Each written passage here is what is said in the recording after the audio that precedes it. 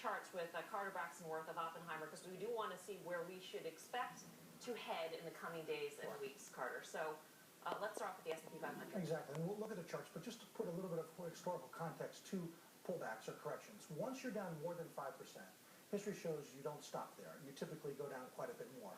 The mean decline... Down 5% from the high to the low. From the high to the low at any given time. So back to 1927, there have been 205 5% plus corrections. Once you're down 5, the median decline is about 8.3. The mean is 12.2. So we're down now 6.2%, which would be much shallower than both the median or the mean, right. And so the presumption is more. But let's look at the charts here. Here's a daily chart of the S&P, and the trend has been very well defined. And for now, the first time in 7 months, we have broken below the trend. So in many ways, it's just the beginning, and again, putting in context, it's only 6% versus something more like 8 or 12 that we think is coming. Right. Let's look at a few longer-term charts just to put this in context. So the next chart also shows the important channel, but in this case, it's very well defined since the 09 low. And typically when you get to the top, you want to fade it, and you get to the bottom, you want to buy it.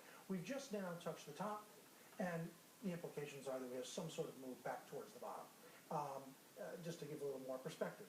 And so another way you can look at it, let's just keep on. Is this gap, is that about a 2% decline? Yeah, we're down from the high, 6 1/4. Right, the high the mean is about 8.3%. That's right, the median is 8.2, the mean is 12. Oh, okay. So we're only down 6, figure 3, 4, 5% more, and that's just if it's garden variety or average. What if it's quite a bit more? So that's just giving you a reference point. Here's the same 5-year chart, and what's important here is each time you dip, you come back to prior intermediate tops. If we were to come back to this high, right. You're talking about 1475 on the S&P, and that would be 12% from high to low. Wow. Immediately. So not only would it be right where the green line is, it would be the exact mean decline of all 5% plus corrections. A couple weeks ago, we were focused on the transports and what they were signaling to us in breaking the 200-day and 50-day moving average for that matter. So what are you seeing now, and do you think that's a good predictor of where we should go? Well, sure. They're an important part of the market, and Dow theory is a very important and well respected part of technical analysis. And this 5-year chart looks at what has happened, obviously, the important breakout from well-defined tops, a series of higher lows, and the breakout. After you do this kind of thing, often you get a fallback to the level from which you broke out. So this pivot point implies another 5 or 6% down to get back to the level from which the breakout. Back to this top. That's right. So we have a level, a breakout, and you often fall back to the level from which you broke out. And there's a lot of support there. But that's meaningful decline from here. Okay, so essentially, let's bottom line this, because there are a lot of numbers here going on. So for the S&P 500, you expect a further decline.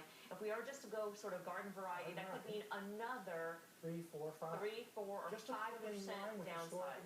And here's what's, I think, the most important. Think about the etymology of the word correction. It implies that something is incorrect. Right? That we've gone too steep, too far. The runner's gone too fast. The weightlifter's lifted too. You've got to take breaks in life, rest. In order for this bull market to stay healthy, you want the correction. Right.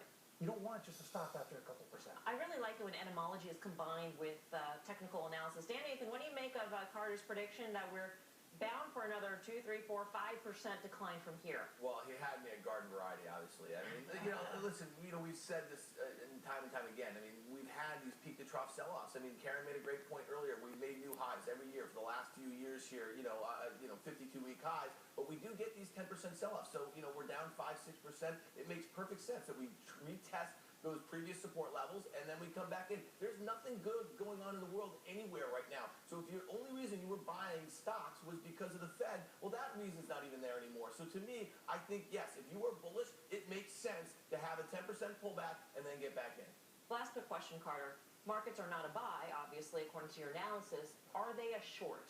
If you're short, I would retain my shorts. And if you have no shorts on, I think that's a very uncomfortable position to be in. You should have some. You should have some shorts in this market. All right, Carter Braxton-Worth of Oppenheimer. Thank you very much. All right, time now for a special edition of Pop's